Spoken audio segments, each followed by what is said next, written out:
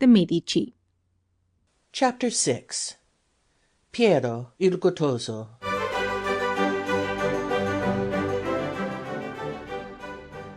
Please like this video so that more people have access to this content. Enjoy and also follow this channel to see other videos about art. Piero il Goutoso. Born 1416. Ruled 1464 to 1469. Died 1469. Piero il Goutoso has failed to receive from history the notice that he deserves. He is generally passed over by historians, either with no mention at all, or else with merely a few disparaging remarks referring to his physical infirmities. It will be seen, however, that his history and character merit no little attention. Upon the death of his father, Cosimo Pater Patriae, Piero, then 48 years old, succeeded to the headship of the family and the rule of Florence. From his very boyhood he had been afflicted with gout, and was early in life given the name of Il Goutoso, the Gouty, by which he is always known. His constant ill health handicapped him greatly throughout life, often making him unable, for long periods, to take any active part in public affairs, and forcing him instead to devote himself to the retired life of the scholar, while his younger brother, Giovanni, was practically given his place, became his father's favorite, and was looked upon by all as the future head of the family. And the first indication that we get of Piero's character is the fact that we never hear, during all the 30 years that he had to bear this, of any sign of resentment on his part, either towards his father or brother, on this account. Yet he possessed a full measure of the ability of the Medici family, as he both then and afterwards showed. For not only was he recognized as a powerful scholar, but also we find him sent on several occasions during Cosimo's lifetime on various embassies to Venice, to Milan, and to France, and highly thought of by those to whom he was thus sent.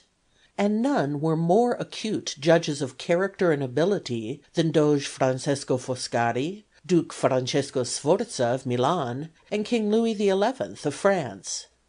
Moreover, in connection with these embassies, the character and ability of Piero il Goutoso have received a very unique testimony, one borne to this day by the Medici coat of arms.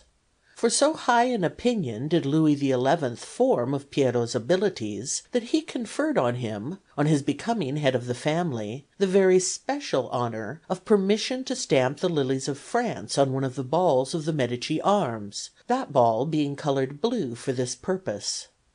And from this time forward the Medici arms have one blue ball with the French lily, quite different in shape from the Florentine lily, upon it, which thus remains a permanent record of the high estimation gained in a country outside his own by Piero il Goutoso. We do not find that his constant ill health soured Piero's disposition. In every act of his life he showed a disposition the reverse of an ill-tempered one, even though his conduct of business and public affairs had, more often than not, to be performed from a sick man's couch. While various writers mention that one of his special characteristics was an intense hatred of all quarrels. But there is a third indication of his character which is more striking. In his case alone we have none of that conflict of opinion among rival historians, giving the most opposite views of character and motives, which has been alluded to as so common throughout the history of this family. Even those most bitterly biassed against the whole race of Medici have nothing to say against Piero il Goutoso.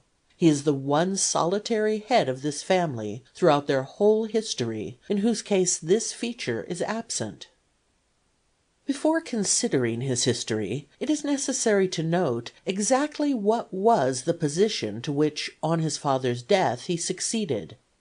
One necessarily speaks of it as the rule over the state. But that term is liable to mislead unless we bear in mind the peculiar position. It must not be forgotten that the governing body was the Signoria, with its president, the Gonfaloniere. Piero was not one of this body, and therefore had theoretically no official position. but it had gradually come about, as a consequence of the influence which Cosimo had so long wielded, that every measure passed by the Signoria must be agreed to by the head of the Medici family before it could be carried into effect. Thus the head of the Medici family, though theoretically no more than a simple citizen of the Republic, did, in actual fact, bear the rule over the state, and wielded almost complete authority. But it must be remembered that the continuance of that position rested solely on two conditions: a constantly maintained demonstration by the person in question of an ability greater than that of his fellow citizens, and a no less constantly maintained popularity. Let either of these factors fail to continue, and the position at once reverted to the theoretical one, wherein the head of the Medici family was only an ordinary citizen, and as liable as any other to be exiled by the Signoria. When Piero's brother Giovanni died, Cosimo, seeing that Piero's frail life might terminate any day, had advanced the latter's elder son, Lorenzo, giving him practice in every way possible in public affairs, though he was only 14. But Lorenzo had only reached the age of 15 when his grandfather died. He was, however, capable beyond his years. The greatest attention had from the very first been paid by Piero to the education of his two sons. Landino wrote a whole treatise on the education of the two young Medici, and Piero, as soon as Lorenzo was old enough, had appointed Marsilio Ficino, the celebrated head of the Platonic Academy, to be his tutor. When, therefore, Piero became head of the family, he continued the course which Cosimo had begun to adopt, and while he retained foreign affairs in his own hands, left home politics largely in the hands of his capable young son. For 30 years there had been no further attempts to oust the Medici from that position of power in Florence to which they had attained. Now, however, the attempt was again to be made to get rid of them. A large party of all those jealous of the position this family had come to occupy saw, in the feeble health of Piero and the extreme youth of his eldest son, an opportunity for effecting this, and began to stir up a movement against the Medici, which was headed by Luca Pitti, assisted by such prominent men as Agnolo Accioli, Niccolò Soradini, and even Dieti Salvi Neroni, who had been Cosimo's most trusted adviser, and on whom he had specially advised Piero to lean. And since those concerned knew that, owing to the popularity of the Medici, the lower classes of the people would not permit any regular process for their exile, the above movement soon grew into plans for a formidable rebellion by force of arms.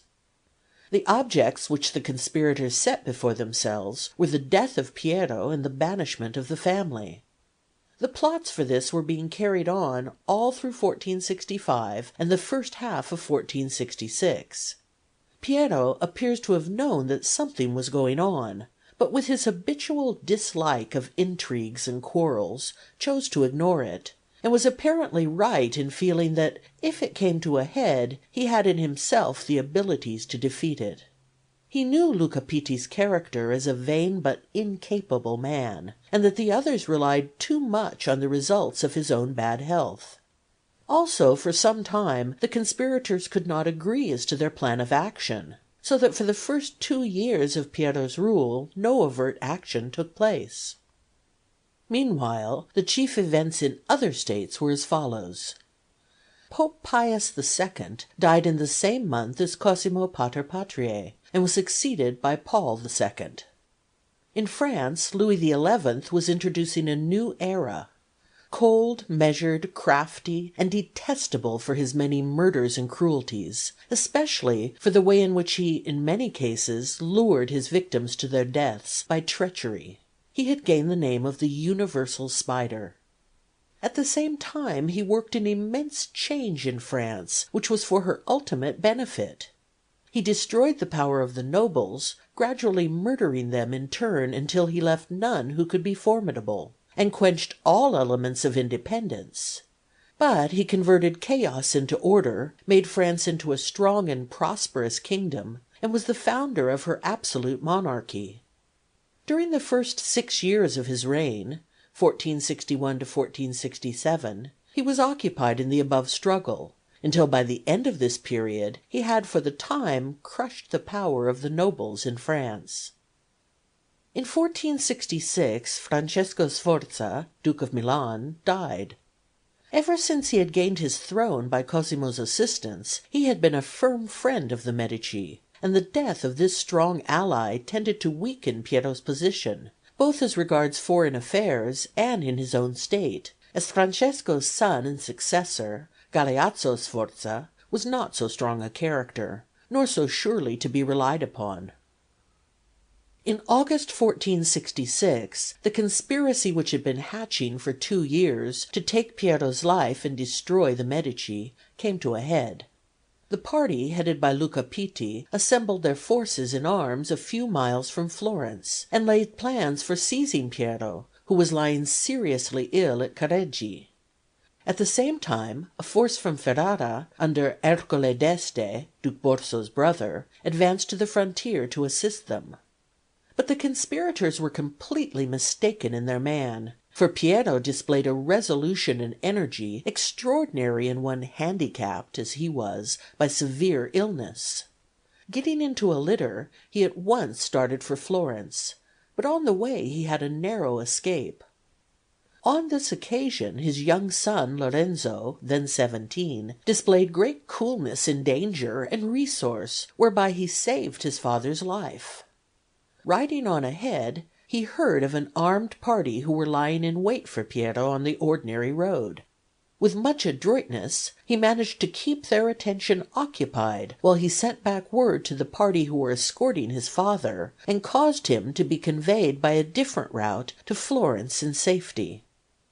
Arrived at the Medici Palace, Piero at once set about collecting his adherents, sent to beg the assistance of some Milanese troops who happened to be near the borders of Tuscany, and had soon collected a larger force than his opponents. He marched against them.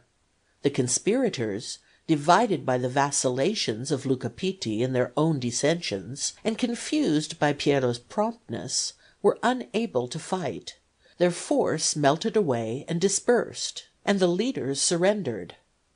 A new signoria just elected promptly passed a sentence of death upon the ringleaders, Luca Pitti, Dieti Salvi Neroni, Niccolò Soderini, and Agnolo Acciaioli, and certainly never did men more deserve it, especially Neroni, who had throughout acted with the basest ingratitude, treachery, and dissimulation. And now Piero displayed the best side of his character. He utterly refused to have these men put to death, though it certainly would have been to his advantage not to interfere on their behalf, for 2 of them, Neroni and Soderini, only used their pardon and liberty to stir up Venice to make war upon him. He pardoned Luca Pitti outright, and by his treatment of him converted him into a friend for life, while the others were simply ordered to quit Florence. Machiavelli says, "It was due to him (Piero) that his partisans did not stain their hands in the blood of their fellow citizens." Thus did Piero put down a formidable rebellion without any bloodshed. And this is probably the only instance in those ages of an armed rebellion which aimed at the death of the ruler being suppressed by him without the loss of a single life, and even with the conversion of its principal leader into a permanent friend. This one achievement of Piero il Gottoso is sufficient to demonstrate both his ability and the high qualities of his character, and marks him out as one really fit to rule a state. We are told that when Luca Pitti's rebellion was thus suppressed, the young Lorenzo, commenting to a friend on his father's action, said, "He only knows how to conquer who knows how to forgive." It was conduct and qualities such as this, displayed by the earlier generations of the Medici, which helped to raise that family to its high eminence in Florence. And when, 60 years after this, Clarice de Medici, become by marriage Clarice Strozzi, in her impassioned harangue, contrasted the behaviour of her ancestors with that of those then representing the family, and said that it was by magnanimity and clemency that the former had gained the favor of the Florentines, she said no more than the actual truth. The natural effect of the defeat of such a formidable effort to destroy the family, and especially when so complete a victory was accompanied by such clemency and kindliness, was to make the Medici stronger than ever in their peculiar position in Florence. After this affair, their popularity with the people caused the head of the family to become more than ever a king in all but the name. The above episode was followed in the next year, 1467, by war with Venice. Ever since Cosimo's alliance with Milan, Venice had waited for an opportunity of revenge upon the Medici, and this seemed now to have come. Niccolò Soderini and Dieti Salvi Neroni requited Piero for saving their lives by proceeding to Venice and persuading the Doge and Council to attack him, asserting that there was a large party in Florence ready to take up arms against the Medici. The Venetian army, therefore, commanded by the celebrated Bartolomeo Colleoni, was in May 1467 dispatched against Florence's territory. Piero's conduct, however, had entirely won over those who had previously been ready to attack the Medici, so that the supposed adherents of Venice in Florence proved non-existent. Piero was also successful in obtaining as his allies both the Duke of Milan and the King of Naples, each of whom sent him some troops. The Florentine army opposed that of Venice in the little state of Imola, where at length a battle was fought in which the Venetian army was defeated. After which, in April 1468, a peace was concluded, as the result of which Florence gained a much coveted addition to her territory, viz., the town of Sarzana and the fortress of Sarzanello. This was followed in August of the same year by a short but very successful campaign, in which Florence, assisted by Naples and Urbino, opposed the Pope and prevented him from seizing upon the small state of Rimini. By these successes Piero still further strengthened the position of his family in Florence. These various troubles having been overcome, the year 1469, the last year of Piero's life, was one of peace and festivities. His son Lorenzo was now 19, and his second son Giuliano 15, and in February 1469 these two young Medici organized a splendid tournament, which they intended should be the inauguration of a lighter and more festive life than the somewhat sombre one which their father's ill health and the political troubles of the last few years had made customary. It was held in order to celebrate Lorenzo's betrothal to Clarice Orsini, the Roman bride who had been selected for him by his mother, Lucrezia Tornabuoni, whose letters from Rome to her husband Piero describing the young lady's appearance are still preserved. Clarice Orsini, at this time 16, also writes letters to Lorenzo conveying various polite greetings, while she complains to a friend that Lorenzo is so greatly occupied with this jousting that he does not find time to write to her often enough. By her anxiety and depression for several days on account of the tilting, and her relief when she heard it was over without mishap to Lorenzo, we are reminded that a tournament was not merely a splendid show, but that wounds and death were always possible in the course of it.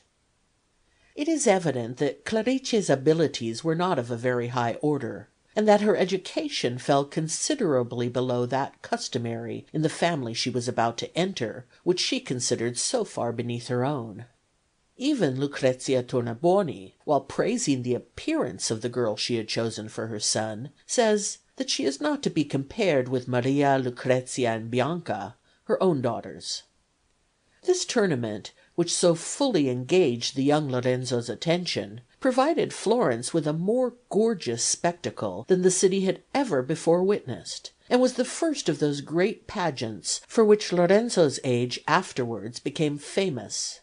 It was immortalized in one of the two most celebrated poems of the 15th century, La Giostra di Lorenzo de' Medici, by Luca Pulci. Standing in the Piazza Santa Croce, where, as a substitute for the fierce battles between citizens of former days, this exciting scene of mimic warfare took place, How vividly does its fantastic splendor, voluminously described in the writings of the time, rise before our eyes. The reigning beauty of Florentine society, Lucrezia Donati, who was queen of the tournament, the young scions of the Medici, Pazzi, Pucci, Benci, Rucellai, Vespucci, and other principal families, who were the knights, and each knight accompanied by his standard bearer, heralds, trumpeters, pages, and men at arms, all wearing his colours and arrayed in the most splendid fashion, the extravagant punctilio, the grandiloquent compliments, the delight of the vast crowd occupying every roof, balcony, window, and other point of vantage round the piazza, and all lit up by Florentine sunshine in February. The knights first appeared in most magnificent dresses for an imposing procession round the piazza accompanied by every sort of display, after which they changed into their armour for the actual combat. We may gather some idea of the dresses from the description of that of Lorenzo. He had a diamond in the centre of his shield, and rubies and diamonds in his cap, a velvet surcoat, with a cape of white silk edged with red, and a silk scarf embroidered with roses and pearls. For the actual combat he wore another surcoat of velvet fringed with gold, with a helmet adorned with 3 blue feathers. His horse was draped with red and white velvet, embroidered with pearls. The device on his standard was a bay tree, one half dry and dead looking, and the other half green, with the motto, worked in pearls, Le temps revient, symbolizing that a time of youth and joy, after the winter of Cosimo's old age and Piero's ill health, was now to supervene. The occasion was considered of sufficient importance for the King of Naples and the Dukes of Ferrara and Milan to present Lorenzo with horses and armour for it. Lorenzo, in his own writings, mentions this tournament, and says: "In order to do as others, I appointed a tournament in the Piazza Santa Croce, with great splendour and at great expense, so that it cost me about 10,000 gold florins. Although I was young and of no great skill, the first prize was awarded to me, namely, a helmet inlaid with silver, and surmounted with a figure of Mars." Giuliano also, though as yet too young to take so prominent a part as his brother, was splendidly arrayed, and this handsome boy of 15, in helmet and armour, and mounted on a fine charger, won the admiration of all. Several busts of him in his armour and wearing the dragon shaped helmet designed for him by Verrocchio were executed, and it seems most probable that the terra cotta bust by Antonio Pollaiuolo, now in the Museum of the Bargello, and catalogued as an unknown portrait bust, is in reality one of these busts of Giuliano. Miss Crutwell, in her work on Antonio Pollaiuolo, considers that it was executed at about this date, and says: "It is probably a portrait of one of the Medici, whose type of face and arrogant bearing it resembles closely." Giuliano is known to have specially patronized Pollaiuolo, and in the inventory of the collections in the Medici Palace other works by that artist are recorded as being all in Giuliano's room in the palace.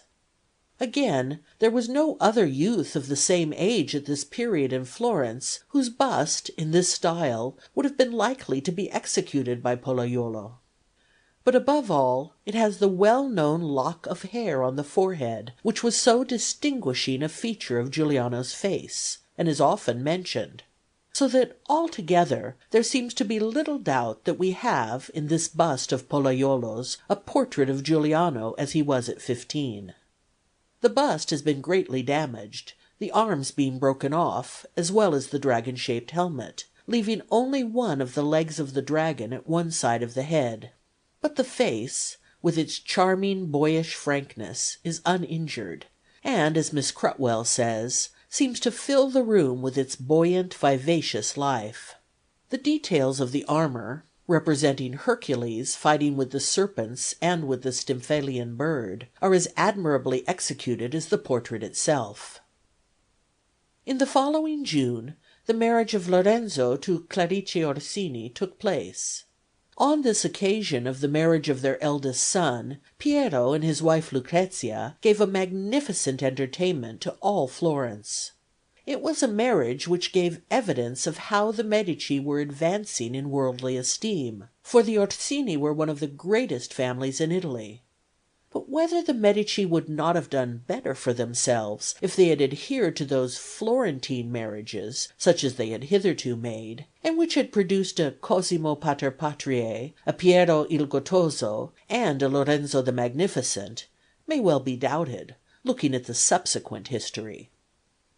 The marriage took place on the 4th June in the family church of San Lorenzo, and the festivities in connection with it were on the most profuse scale, the entire city being feasted by the Medici for 3 successive days. Feasting, dancing, and music continued day and night, until one wonders at the endurance of the people. Some idea of the extravagance of the entertainment may be gathered from such a fact as that there were consumed of sweetmeats alone 5,000 pounds. While the populace were thus regaled, all Florentine society was entertained at 5 immense banquets in the Medici Palace. At these banquets the loggias and gardens of the palace in the Via Larga were filled to overflowing, separate tables being set out for the young ladies who were the bride's companions, 50 young women with whom to dance, say the records, and for the older ladies forming Madonna Lucrezia's company. In the same way there were different tables for the young men who danced, and for those of maturer years. The feasting began on the Sunday morning, when the bride, mounted upon the splendid charger presented to Lorenzo by the King of Naples, left the house of the Alessandri in the Borgo San Piero, now Borgo degli Albizzi, and entered her new home, followed by a train of nobles, the symbolic olive branch being hoisted at the window to the accompaniment of gay music, and the festivities continued until the Tuesday morning, when she went to hear Mass at the Church of San Lorenzo, bearing in her hand one of the 1,000 wedding gifts, a little book of Our Lady, most marvellous, written in letters of gold upon blue paper, and with a cover of crystal and silver work." But the chief interest of the 5 years' rule of Piero il Gottoso centres in his prominent connection with the art of the period. He had had greater leisure to pursue the family tastes for learning and art than would have been the case had he had better health; and being passionately fond of both, they had for 30 years been the chief interest of his life. A thorough scholar, he was as eager in the collection of rare manuscript books as his father, and made many valuable additions to the Medici library. Still more important was the unremitting assistance which he gave to art. Nearly every work of art which remains in Florence belonging to Piero's time was executed either for him or at his instigation, including the one solitary work which the Medici Palace still retains, the frescoes round the walls of the chapel. In 1466 the great sculptor Donatello died, at the age of 81. In accordance with his dying request to be laid close to his lifelong friend and patron, Cosimo Pater Patriae, he was buried, at the expense of the Medici family, in the crypt of San Lorenzo, alongside the tomb of Cosimo, almost the whole city, with every architect, sculptor, and painter in Florence, following his funeral. He was the last of those who had assisted at the outburst in art at the beginning of the century.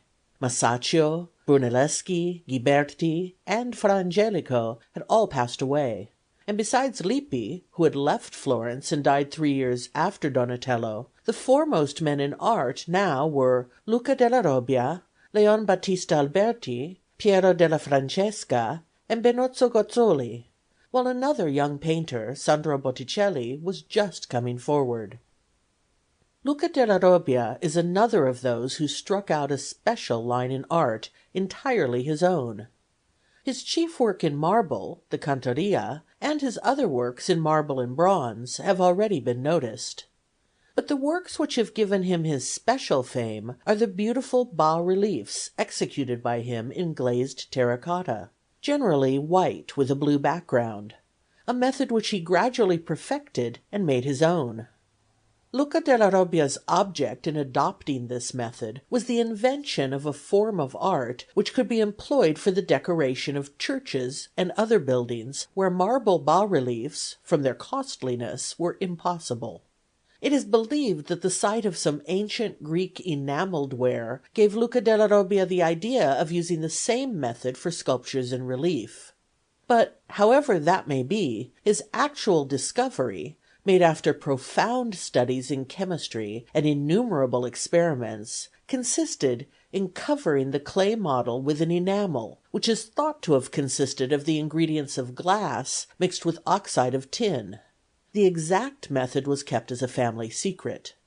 But the particular method in which Luca della Robbia's conceptions were given permanence is of far less importance than the works themselves. As the Marchesa Bodamacchi says, "The joy of life, the sadness of life, the grief of the Madonna, the innocence of childhood, the love of mother for child and of child for mother, the great central lessons of the Redemption, angelic sympathy, all these Luca della Robbia has depicted with a perfection which no other artist has ever surpassed." His date also is an important item in our appreciation of his genius. Looking at his works, one can scarcely realize that he was born in the same year as Masaccio, and long before all that great army of painters who followed in the latter half of the 15th century. Yet it is not too much to say that for the beauty of expression in the faces of his Madonnas, of his angels, and of his children, including the representations of the child Christ, it is not until we reach Raphael, born 80 years after him, that we find a painter able to equal him in these respects, while even Raphael does not in these points surpass him.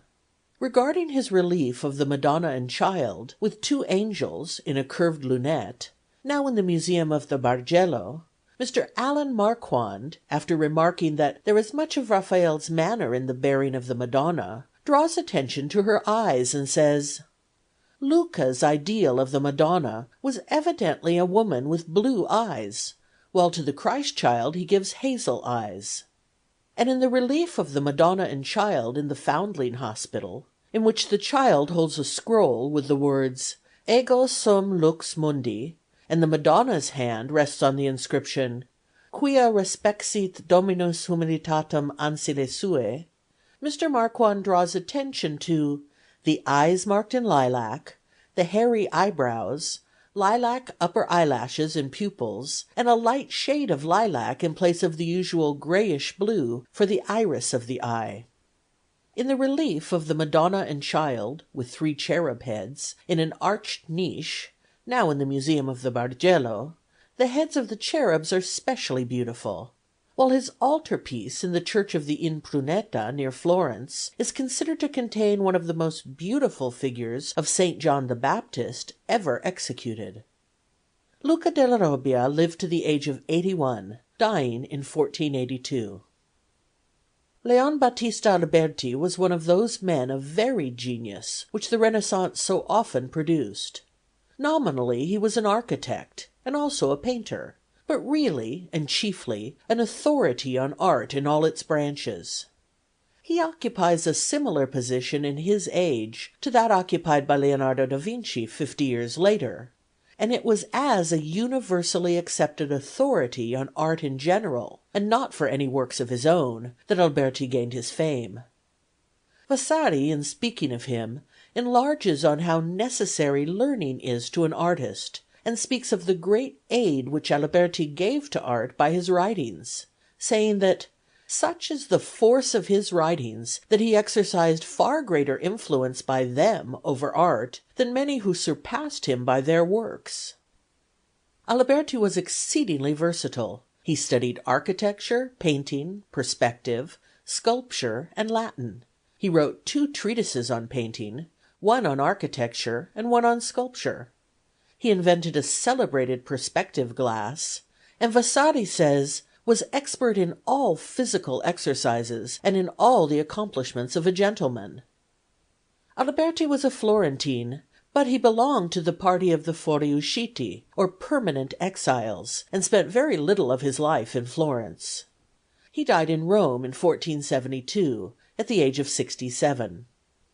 Piero della Francesca, though he worked first at Florence and learnt his art there, especially studying Masaccio's frescoes, did not belong to Florence itself, but to the small town of Borgo San Sepolcro, which had become part of Florence's territory in 1441. His great work for art was the final discovery of the true laws of perspective, that subject on which so many brains in the world of art had long been busy, and which was the last of the secrets of the technique of painting to be discovered. In this achievement he must be coupled, to some extent, with Paolo Uccello and with Alberti, and he really took up and carried on Alberti's ideas. It was arrived at by being worked out from a mathematical basis, and not from any of the empirical methods which had been tried by many artists in succession. Piero della Francesca's chief work was his treatise on perspective, dedicated to the Duke of Urbino. The most pleasing of his pictures, the altarpiece now in the Pinacoteca at Perugia, has a long colonnade in perfect perspective. Piero della Francesca is also notable for two other things. We have in his fresco paintings at Arezzo the first real endeavour to paint historical pictures, and in his portraits of the Duke and Duchess of Urbino, now in the Uffizi Gallery, we have the first regular portraits. In 1469, Piero della Francesca, then 63, was invited to Urbino by the Duke in order to paint them. Duke Federigo's is painted showing the left side of the face, in order to conceal the loss of his right eye, which, together with his broken nose, was caused by a severe wound received in a tournament. The likeness, judged by those on coins, is admirable, as also the perspective of the landscape in the distance. These two valuable portraits hung in the palace at Urbino as long as there were any Dukes of Urbino. When in 1634 Vittoria della Rovere, the sole heiress of the last Duke of Urbino, was married to her first cousin, Ferdinand II, she brought, as a part of her property, these portraits of her ancestor and ancestress, thus bringing them into the art collections of the Medici family. Piero della Francesca died in 1492, at the age of 86. Benozzo Gozzoli, pupil of Fra Angelico, is the great illustrative painter of his time. As the teller of a story he is unrivalled. He was a most rapid and indefatigable worker, covering huge spaces with his beautifully executed frescoes in a wonderfully short time. Thus he has left a mass of paintings which are very valuable historically, bringing vividly before us the manners of the time of the earlier Medici. Like so many others, Gozzoli began as a worker on the bronze doors under Ghiberti. After a time he began to learn painting under Fra Angelico, working as his assistant at Florence and Rome until 1447, when he first began to paint alone. Benozzo Gozzoli's three chief works are: 1. His frescoes in the Church of San Agostino at San Gimignano, a great cycle of frescoes representing the life of St. Augustine from his boyhood to his death in 17 scenes. This huge work took even Gozzoli 4 years. 2. His frescoes in the chapel of the Medici Palace at Florence, which are considered his masterpiece. See Chapter 7. 3. His frescoes in the Campo Santo at Pisa. This was a gigantic work. It occupied Gozzoli 15 years, and was nothing less than covering with his paintings the whole of the north wall of the Campo Santo, a task, says Vasari, immense enough to discourage a whole legion of masters. The scenes represent the whole of the Old Testament history, from the time of Noah to that of Solomon, in 23 scenes. Gozzoli has introduced into these forest scenery, scenes of the vintage in Tuscany, and much that is interesting in the life of the people; also portraits of many prominent men of the time, members of the Medici family, scholars, painters, and other celebrated men. The execution, however, is very uneven, and he was evidently then getting old. He died at Pisa in 1497, and is buried in the Campo Santo he had beautified. But besides the foregoing, another young painter, Sandro Botticelli, was at this time beginning to come forward. Botticelli is par excellence the painter of the time of Lorenzo the Magnificent, but his first period belongs to that of Piero il Gottoso. One of his prominent characteristics is that, being of an unusually receptive nature, he reflects to a singular degree the prevailing mental atmosphere around him, so much so that when the spirit of the time changes, the spirit and character of his pictures change with it. As a consequence, Botticelli's painting may be divided into 4 distinct periods, with different styles, due to events which caused marked changes in the life of Florence. These 4 periods are: 1. The period of the rule of Piero il Gottoso, 1464 to 1469. 2. The period of the rule of Lorenzo the Magnificent, 1469 to 1492. 3. The time of Savonarola's dominance in Florence, 1494 to 1498. 4. The portion of Botticelli's life after Savonarola's death, 1498 to 1510. Owing to the close connection which his pictures usually have with the events of the time, there is less difficulty than with other painters in determining their date. 1.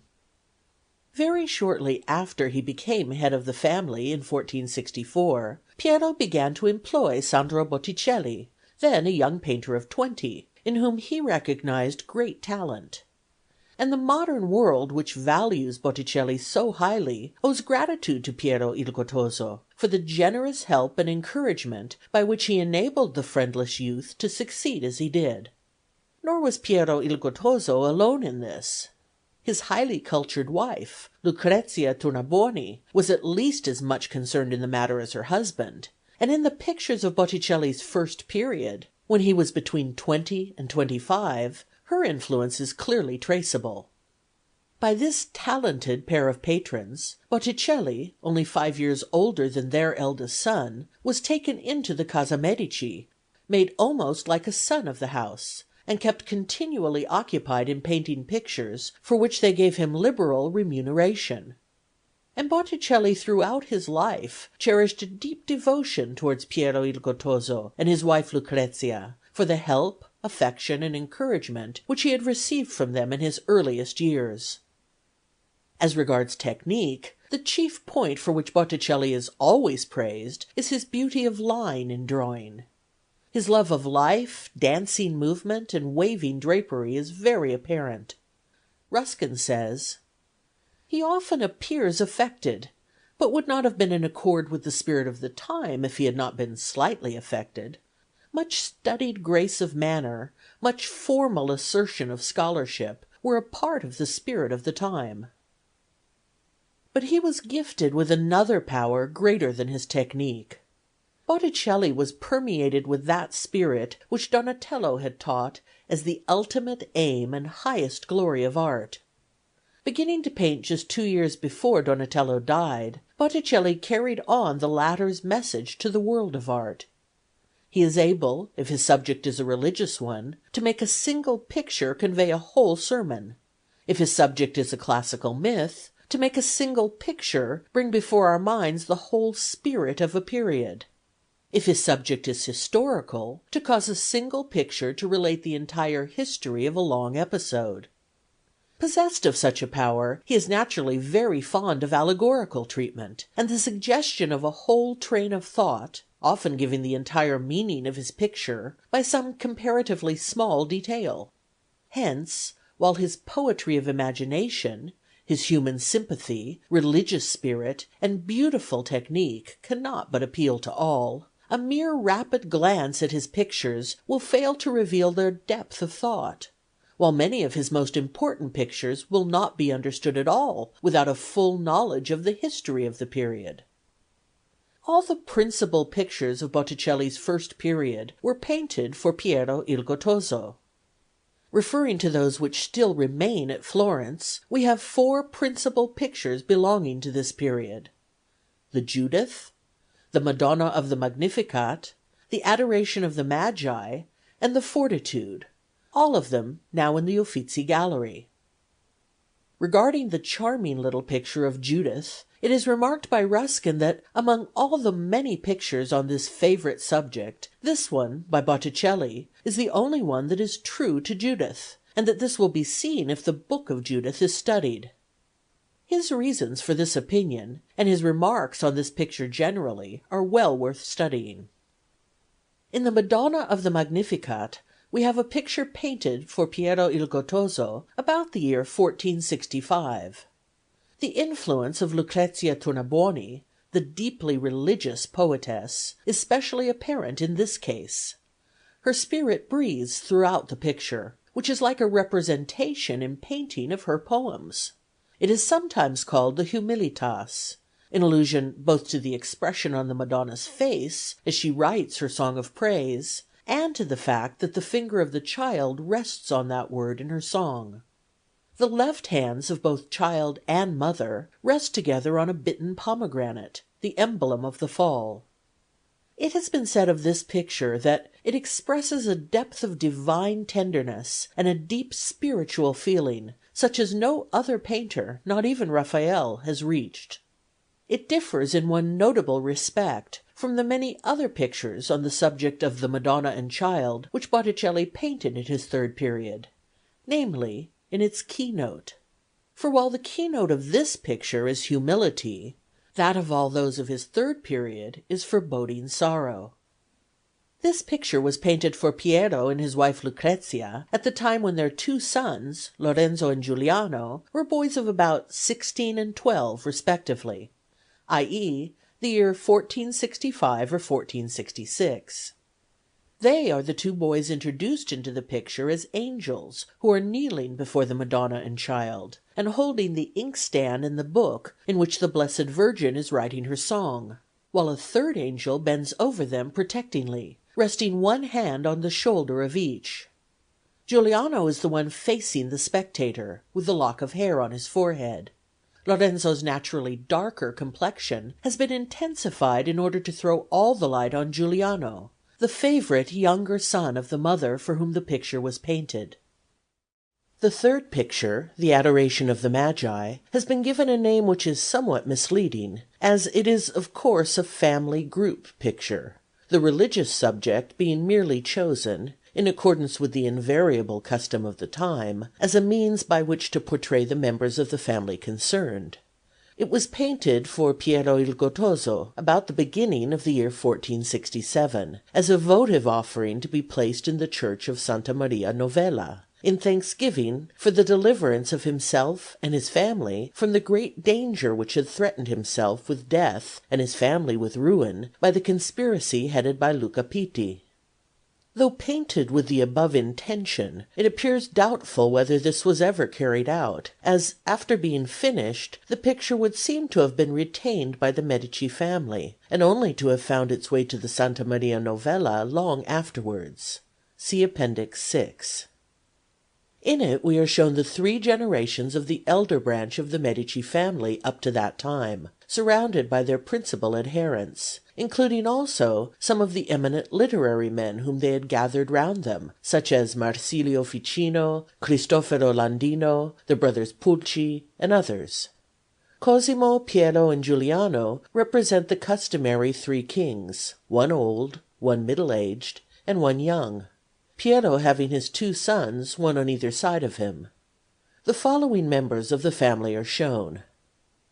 On the left side, Cosimo Pater Patriae, then dead, embracing the feet of the child Christ. Lorenzo, elder son of Piero, at the age of 17, standing, holding a sword. In the centre, Piero il Gottoso, kneeling, with his back to the spectator. On the right side, Giovanni, then dead, brother of Piero il Gottoso, standing, in dress of black and red, and with very black hair. Giuliano, younger son of Piero, kneeling in a robe of white and gold.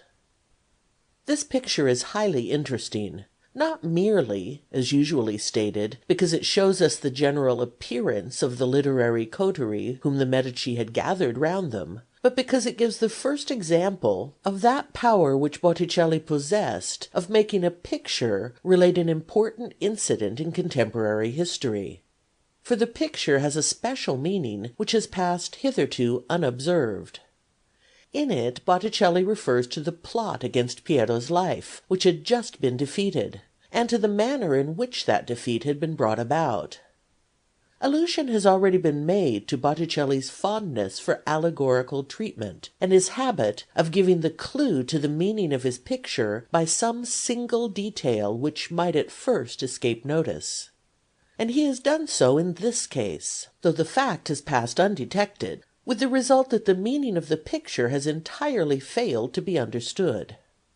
It is the sword held in Lorenzo's hands which gives the clue to the meaning of the entire picture.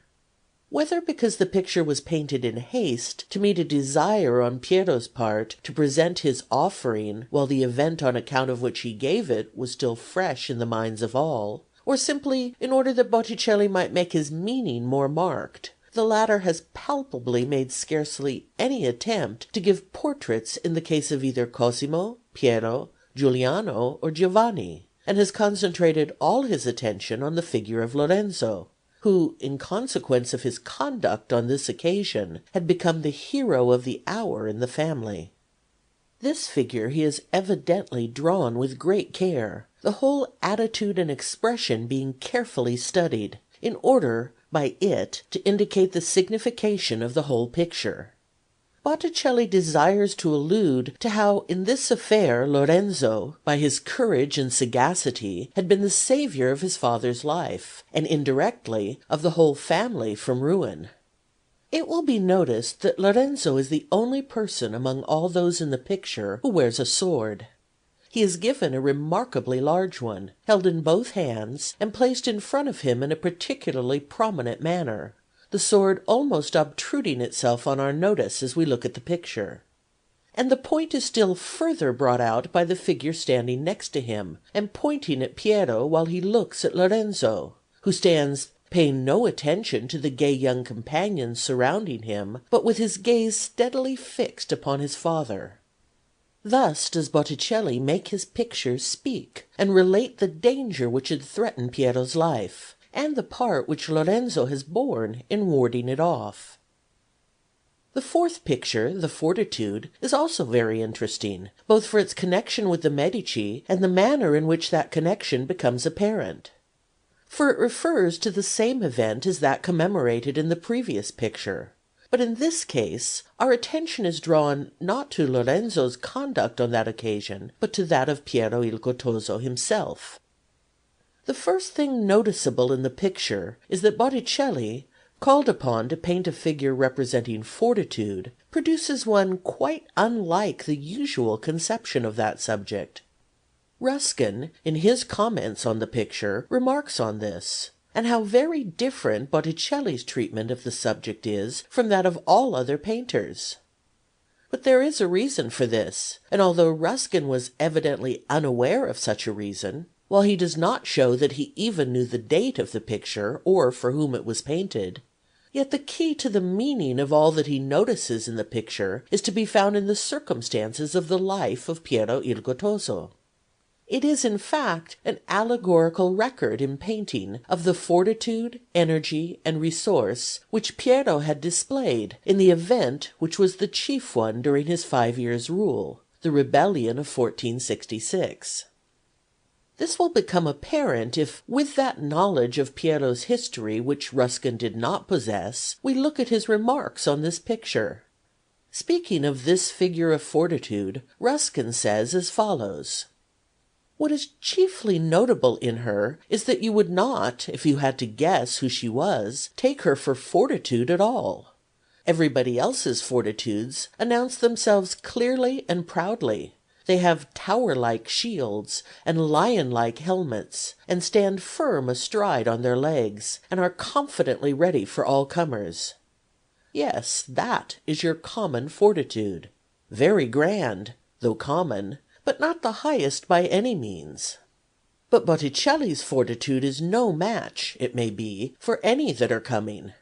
Worn somewhat, and not a little weary, instead of standing ready for all comers, she is sitting, apparently in reverie, her fingers playing restlessly and idly, nay, I think even nervously, about the hilt of her sword. For her battle is not to begin today, nor did it begin yesterday. Many a morn and eve have passed since it began, and now, is this to be the ending day of it? And if this, by what manner of end? That is what Sandro's fortitude is thinking, and the playing fingers about the sword hilt would fain let it fall if it might be. And yet how swiftly and gladly will they close on it when the far-off trumpet sounds, which she will hear through all her reverie. These remarks exactly reflect the circumstances, attitude, and conduct of Piero il Gottoso in the trial which came upon him. Thought to be no match for those who were preparing to attack him, half absorbed in the reverie of a strong disinclination to turn from the pursuits of literature to meet quarrelling and strife, feeling the battle which did not begin today, in the long period of 2 years during which he had known this plot to be hatching, the sitting posture, instead of the usual standing one, which indicated the crippled state of health that so severely handicapped him, the worn and not a little weary expression caused by both the long ill health he had endured and by disgust at the political intrigues around him, including the ingratitude and deception of Neroni and others, the hatred of strife shown in the fingers that would fain let the weapons in the hands fall, and lastly the resolute character underlying all the weariness which was demonstrated by the prompt and effective action taken when the time came. All these are points which show the true meaning of the picture. Looking therefore at the date when this picture was painted, at the conduct of Piero il Gottoso in the chief event of his 5 years' rule, conduct which had won him much honour among his fellow countrymen, and at the character of the picture, so well brought out in Ruskin's remarks upon it, there can be, in my opinion, no doubt that it is to Piero's conduct in that event that this picture of Botticelli's relates. And it shows what a master in art criticism Ruskin was, that although, with his customary want of interest in history, he was, as is evident, unaware of the circumstances alluded to by the picture, he should yet have been able so accurately to gauge its spirit. Piero il Gottoso, when he was dying in December 1469, obtained for Botticelli the commission to paint this picture. The Council of the Mercatanzia had decided to place in their hall 6 panels representing the virtues of prudence, temperance, fortitude, charity, justice, and faith, and had given the commission to Piero Pollaiuolo. But Piero il Gottoso, working through Tommaso Soderini, an influential member of the Mercatanzia, got the latter to give the commission for one of the figures, that of fortitude, to Botticelli. The latter painted the picture during the early months of the year 1470, just when he was in deep grief for the death of the kind and generous patron who had done everything for him, and one of whose last acts had been to get him this commission. And with his marvellous talent for allegorical design, he contrives to give to his picture of fortitude for the council hall of the Mercatanzia those characteristics which would make it also a remarkable memorial of the character of Piero il Gottoso. To the above 4 pictures must also be added Botticelli's portrait of Lucrezia Tornabuoni, now in the Kaiser Friedrich Museum at Berlin, probably the most beautiful portrait up to that time painted, and his picture of St. Sebastian, also now at Berlin. The above were Botticelli's chief pictures during the period that he worked for Piero il Gottoso and Lucrezia Tornabuoni, both of whom he held in highest honour. His second period is best considered in connection with Lorenzo the Magnificent, chapters 8 and 9. Shortly before his death, various of his most ardent adherents among the citizens gave Piero il Gottoso considerable trouble. They seem to have been carried away by elation at his uniform success and at the triumph of their party over all who had wished ill to him and his, and, Machiavelli says, gave themselves up to tyrannizing over their fellow citizens, and to committing all sorts of excesses. Piero, though he was on his deathbed and unable to move hands or feet, took vigorous action to quell this spirit among his followers. He summoned the most prominent of the offenders to his bedside and gave them a most severe rebuke, promising them that if they did not abandon their course of conduct he would make them repent it, and in order to check the excesses of his own party would take the extreme step of recalling some of their exiled opponents. Nor was this an empty threat, for when he found that, thinking him too ill to interfere, they continued in the same course, he had a secret meeting at his villa of Cafaggiolo with Agnolo Acciaiuoli, the principal of the exiles, with a view to carrying out what he had said. And had he lived, there is no doubt that he would have done it. But his course was run. He died in December 1469, universally regretted by all the best of his countrymen, who rejoiced in his temperate and sympathetic method of ruling. The life which had been a threatened one ever since he was a boy, and which had seldom known a day's real health, nevertheless reached the age of 53. Regarding his character there is no dispute. Even Machiavelli, who was not the sort of man to appreciate its nobler side, describes him thus: quote, "He was a good man. He hated violence and display. His goodness and virtues were not duly appreciated by his country, principally because the few years that he survived his father, Cosimo, were largely occupied by civil discord and constant ill health. He promptly and firmly put down an attempted rebellion against him without any violence, which he detested, and managed to turn his enemies into friends. He took little interest in home politics and faction, but paid unfailing attention to foreign politics, and was better appreciated at foreign courts than in his own city." End quote. When we consider his energy, notwithstanding that he was so crippled with gout as to be often unable to move hands or feet, hatred of dissensions and violence, contempt for the intrigues which made up so large a part of the political life of Florence in his time, the combination of vigor, sense, and tact with which he suppressed a formidable rebellion and dealt with unruly adherents, and lastly, the clemency he showed to those who had endeavored to take his life, we have apparently just reason to say that Piero il Gottoso had a fine character, and one which adds not a little to his family's reputation. While it is fully evident from subsequent events that, strong as was the position to which Cosimo had raised the family, that strength was increased, and by the most worthy methods, by Piero il Gottoso, even though he had so few years in which to do it. Piero was buried in the old sacristy in San Lorenzo, in the same tomb as his brother Giovanni, and over it his sons placed the graceful monument by Verrocchio already mentioned. It has an inscription round the base, saying that his sons, Lorenzo and Giuliano, have erected this tomb to their father and uncle. Instead of a painted portrait, such having as yet barely come into vogue, Piero, like his brother Giovanni, had a portrait bust of himself, executed by Mino da Fiesole, which is now in the museum of the Bargello. It shows a fine and strong face, and as Mino da Fiesole excelled in these portrait busts, and knew Piero well, it is sure to be a good likeness. These two busts of Piero and Giovanni are the first portraits among those in this book which were done from life. The change in the family arms brought about by Piero has already been noted. The number of the balls in the Medici arms varied during their history. In very early times the number was 11, then 9, then 8, then 7, and at last 6. Thus the number of balls is a rough indication as to date. While Giovanni da Bicci was head of the family, we generally find 8. When Cosimo became head of the family, the number changes to 7, and that is the number in the arms on the palace which he built.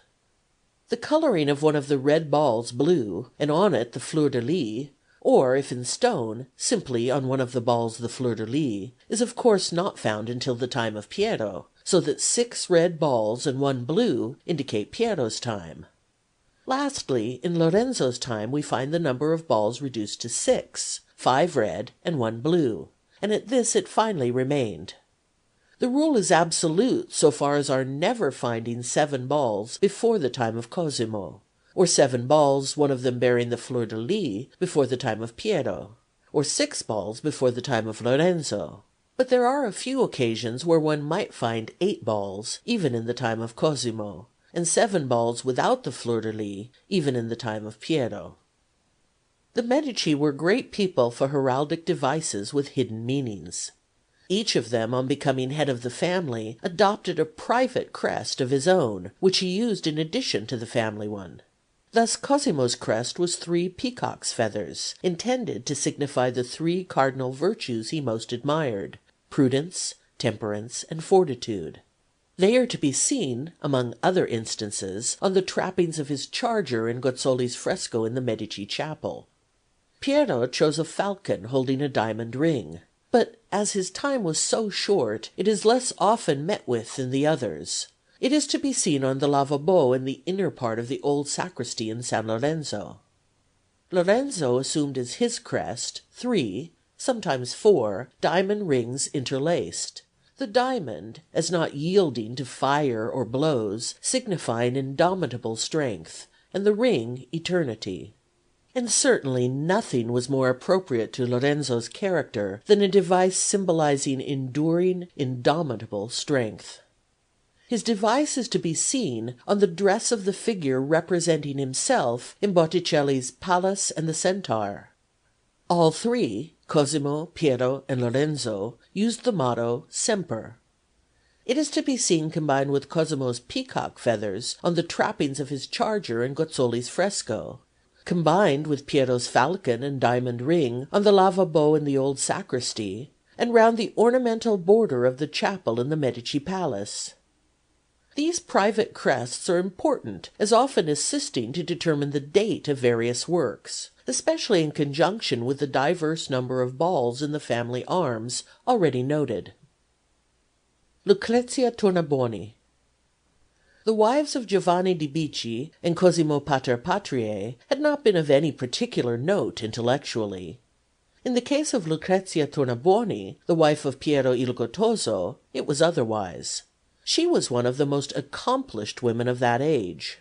She belonged to a family who were formerly nobles of the name of Tornaquinci, but had changed their name and arms about 200 years before, in order to become ordinary citizens and eligible for the signoria, and who were notable patrons of art. She was learned, a poetess, and a deeply religious woman. She distinguished herself not only as a noted patroness of learning, but also by her own writings, and Crescembeni is of opinion that she excelled in greater part of, not to say all, the poets of her time. Her chief writings were hymns and translations of Holy Scripture in verse. Both Politian and Pulci speak highly of her intellectual gifts, and Roscoe remarks that her poems are the more worthy of praise as being produced at a time when poetry was at its lowest ebb in Italy. Dr. Pastor, in his Histoire des Papes, couples her with Cecilia Gonzaga, Isotta Nogarola, Cassandra Fedele, and Antonio Pulci, in detailing the most notable ladies of the time who came forth from the seclusion in which women had hitherto shut themselves up, and won for themselves renown in literature and science. Nor was she less notable in the sphere of religion, and Francesco Palermo says that the treatise of San Antonino, entitled Opera a ben vivere, Methods of a Good Life, was addressed to Lucrezia Tornabuoni. If so, it is a high tribute to her devout and sensible character. All that we hear regarding Lucrezia Tornabuoni shows her to have been a woman of exceptionally high character as well as thus talented. In her eldest son Lorenzo, the remarkable abilities of the Medici family reached their culminating point, and this was no doubt due to the fact that not only his father but also his mother was so highly gifted. Lucrezia survived her husband 13 years and lived to see the terrible death of her beloved younger son in 1478, the War of 1478-1480, and the triumph of her elder son in 1480, dying herself in 1482. And there is no doubt that during the earlier part of his rule, Lorenzo owed much to her valuable advice. Niccolò Valori says, Lorenzo was most deferential to her, and after his father's death loved and honored her, showing in all his actions both the affection felt for a mother and the respect given to a father. It was hard to discern whether he most loved or honored her. Lucrezia's portrait, in profile, painted by Botticelli, shows a beautiful and intellectual face.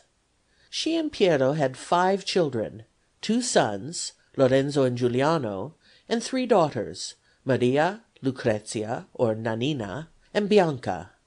Their 3 daughters all made notable marriages. Maria married Leopetto Rossi, Bianca married Guglielmo de Pazzi, and Lucrezia married Bernardo Rucellai, who was one of the most distinguished scholars of the time. By the end of Piero il Gottoso's life, the light which Florence had ignited and had held aloft in art and learning for 150 years had begun to show signs of becoming diffused. In Rome a beginning had been made by the efforts of Pope Nicholas V. In Venice the 2 brothers, Gentile and Giovanni Bellini, and their brother-in-law, Mantegna, were originating a school of painting, destined to become second only to that of Florence. Urbino, under its enlightened duke, Federico Montefeltro, was following in the steps of Florence, and both Mantua, under the Gonzaga family, and Ferrara, under the Este family, were beginning to give to art and learning a similar encouragement. We hope you enjoyed this video. Please let us know in the comments what other art contents you would like to see. And don't forget to like this video and follow our channel. Thank you, and until the next video.